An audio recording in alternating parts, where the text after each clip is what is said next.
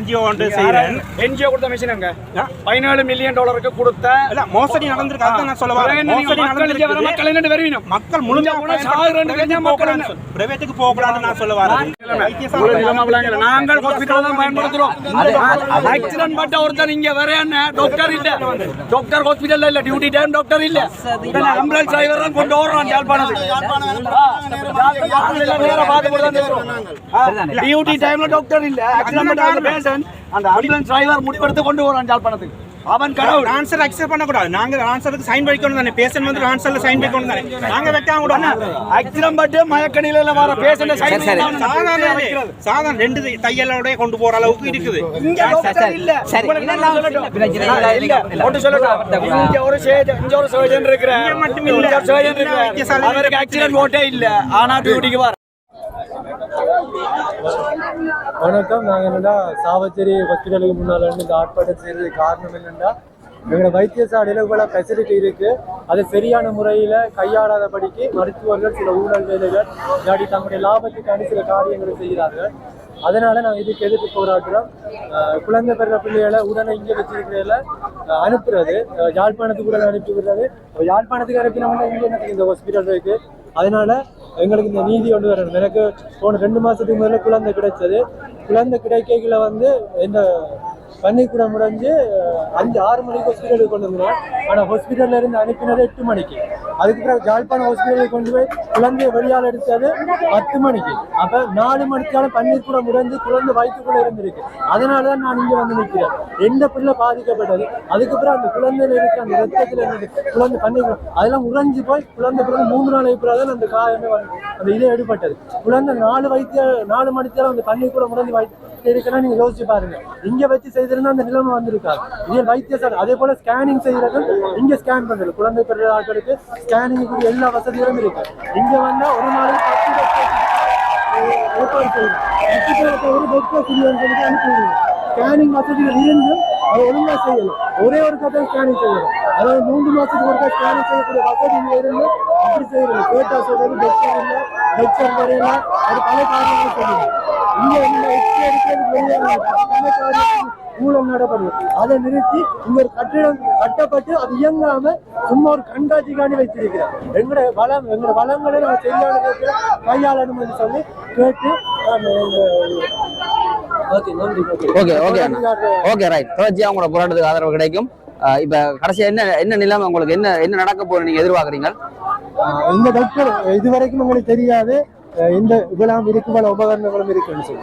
அப்ப அந்த உபகரணங்களை எங்களுக்கு பாவிக்கக்கூடிய விதத்துல செய்தோம். அந்த கட்டிடங்கள் பாவிக்கக்கூடிய இடத்துல உடனே எடுத்தோன்னு எல்லாத்தையும் யாழ்ப்பாணத்துக்கு அனுப்பாம இங்கேயே டாக்டர் வச்சு சிகிச்சை செய்யறது. இப்போ இங்க இருந்து நாங்க ஒரு நாள் யாழ்ப்பாணம் போயிட்டு வரணும், அவங்களை பாக்குறது வருது, எவ்வளவு போக்குவரத்து எவ்வளவு டைமிங் ஆயிடுது. அப்ப இங்க எங்களுக்கு ஒரு ஹாஸ்பிட்டல் இருக்கு, டாக்டர்ஸ் இருக்கு, அவங்க சம்பளமாகி தான் எங்களோட நிதி தான், எங்களோட டாக்ஸ் தான். கவர்மெண்ட் வந்து 3 வேலை கட்டாயம் செய்யணும். பாதுகாப்பு கொடுக்கணும், கல்வி வழங்கணும், சுகாதாரம். இது 3ஐயும் ஒழுங்கா செய்ய வேண்டியதை அதை வந்து படிமா ஒரு சீரமைச்சு ஒரு குழு ஒன்று அமைச்சு இதை ஒழுங்கான முறையில நடத்துறதுக்கு ஒத்தாசை பண்ணி. சரி அண்ணா, ஓகே, நன்றி. ஓகே, என்னடா இது போல நிறைய பிரச்சனை நடந்து கொண்டு இருக்குது. வாங்க என்ன நடக்குதுன்னு சொல்லி பார்ப்போம்.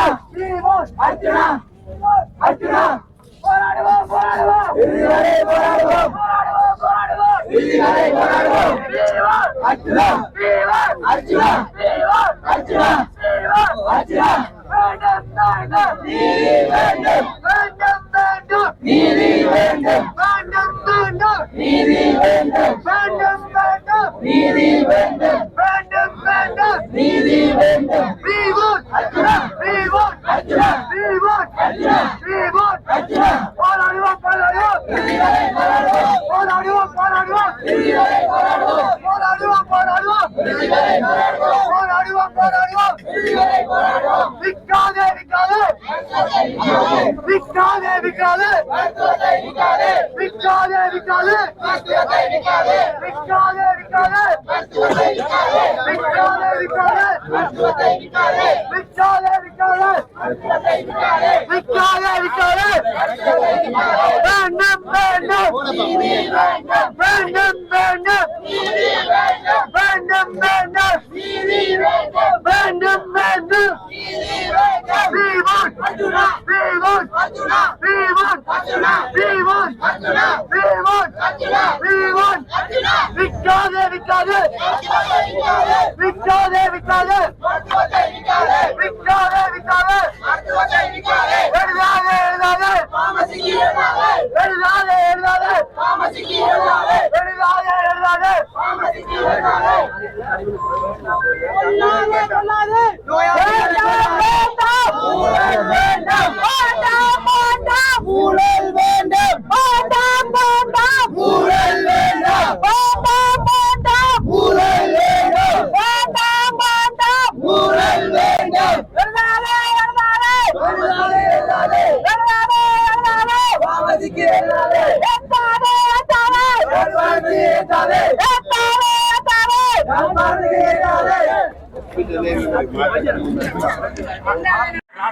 போய் பார்லிமெண்ட் சட்டப்படி நான் தான் சொல்லுவேன். நான் இந்த நாட்டை திருத்தி காட்டுவேன். ஒரு நாளைக்கு ஒரு டாக்டர் விட்டு போட்டு போய் பிரைவேட்ல செய்ய.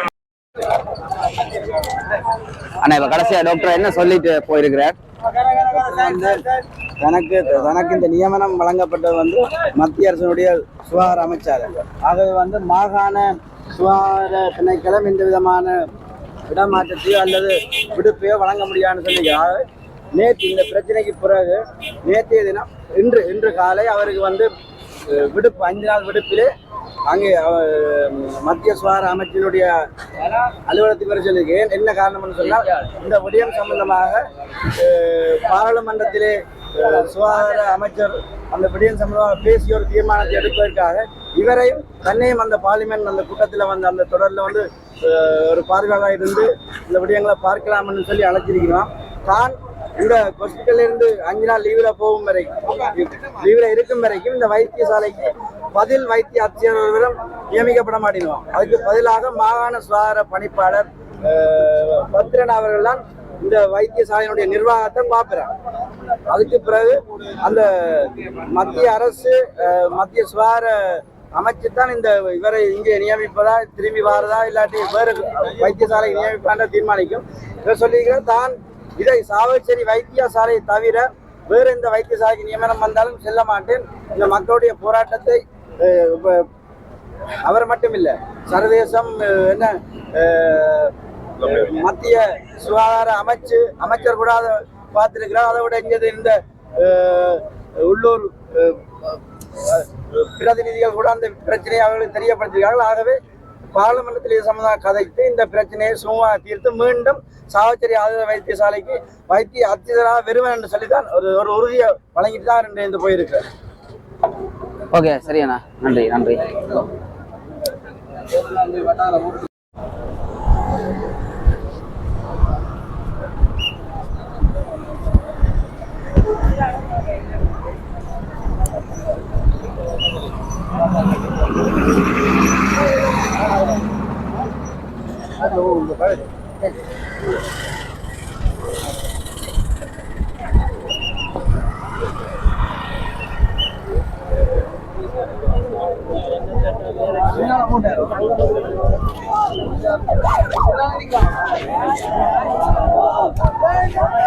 நீதி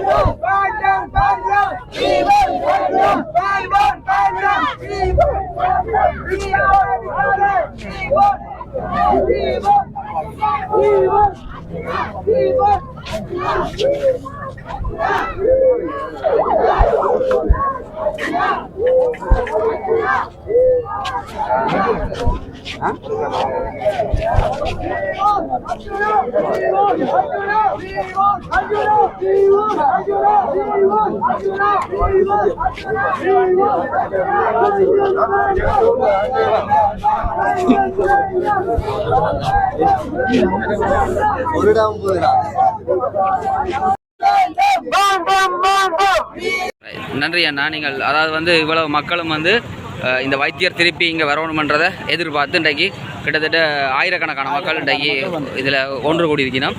டாக்டர் வந்து வெளியில் ஒரு நல்ல செய்தியை சொல்லியிருக்கிறார். அதாவது 5 நாள் அவகாசம் கேட்டிருக்கிறார். ஓகே, நன்றி அண்ணா. நன்றி. 6 நாள் போராட்டம் நடக்குது. இவ்வளோ ஆளுவங்க காணையில் இவ்வளோ ஆளுவங்க அந்த